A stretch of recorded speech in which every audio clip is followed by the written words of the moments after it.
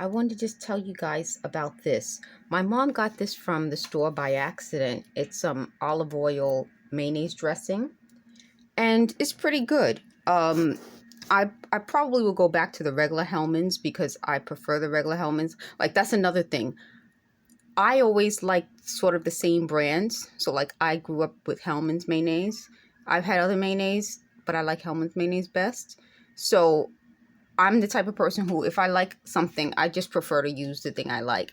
I've tasted other mayonnaise, but I pretty much like Hellmann's best.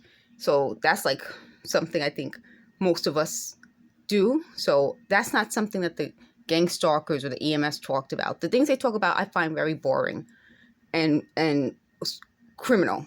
So I don't really want to spend every video talking about the things they talk about because I told you in the past, I don't even want to get into them. But this is something that I would talk about. Like, what kind of like mayonnaise do people like? Like when I was at my old jobs, we used to have times when we just had to sit around waiting to, do something, and we'd have conversations. And we had a lot of fun, with those conversations. What the gang stalkers and the haters were trying to do was erase that part of my life because they wanted to make it seem like everybody hated me. I never had friends and all this weird stuff. But when we had time to just sit and talk, not just my coworkers, but my friends, we would talk about things like that. Like, would you, what kind of mayonnaise do you like? Do you only like that mayonnaise? Is that something, and we would have these conversations and we had so much fun. We were laughing. And I think that's a part of why I don't get along with the gang stalkers in general, and why, even though they try to recruit me, I'm going to always run from them, because they don't know how just to relax. They don't know how to just have a conversation based on nothing. You know what I mean? Like a conversation based on mayonnaise. So I wanted to also let you guys know, as they said, I was like the characters in Seinfeld. I was never like the characters in Seinfeld. That's just how, I think what they wanted to do was take the truth and twist it into something that they wanted. Like they were trying to take the reality of my life and make it something that it wasn't, and then say, well, it's nothing like that. So I wanted to tell you guys that. So I tried this and it's pretty good. I don't know why it says something about let me pause and put my glasses on because I can't see what it says without my glasses. I'll be right back. It says it contains a bioengineered food ingredient. I don't know what ingredient is bioengineered, but that's kind of odd. I don't know why it has a bioengineered food ingredient, but just, based on how I put it on sandwiches, salads, and it was pretty good. So I probably will go back to the regular mayonnaise, but just to try something different, it was pretty good. So I wanted to let you guys know that. I'm going to pause this and we'll get into more conversations. So I took a nap.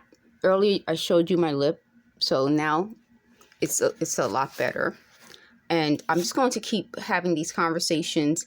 And that's part of what I think happened when these people tried to lie. None of them came forward and approached me. They had a bunch of strangers circling around me. And I think the reason why was because they didn't want the truth, like my true personality, to come out. When I've worked at different jobs, my coworkers and I would sit around talking to each other, laughing, having a good time. They wanted to twist things and make it seem like I was hated. I wasn't hated, and I have proof of that. I also had relationships. I've lived my life, and I had to be able to have these types of conversations with people. Even with customers, I had to be able to be a regular person. And so when they said they wanted to find out why I was so successful, which means I was successful, it was because I could have these conversations. And that's part of what I'm saying about this whole thing. They wanted to erase the truth, but the truth always comes out. And being able to have a conversation, one human to another, looking each other in the eyes, noticing something's a little wrong. That's what I was telling you guys a while back, why I started doing body language. It wasn't necessarily just about the topic. It was telling people, in order to have relationships, we need to understand human body language.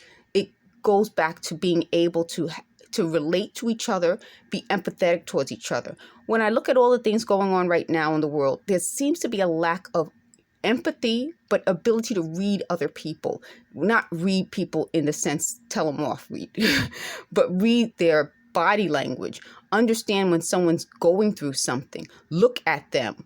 Approach them, but also know when not to approach. It goes back to what I think these people tried to do to me. They tried to isolate me and alienate me.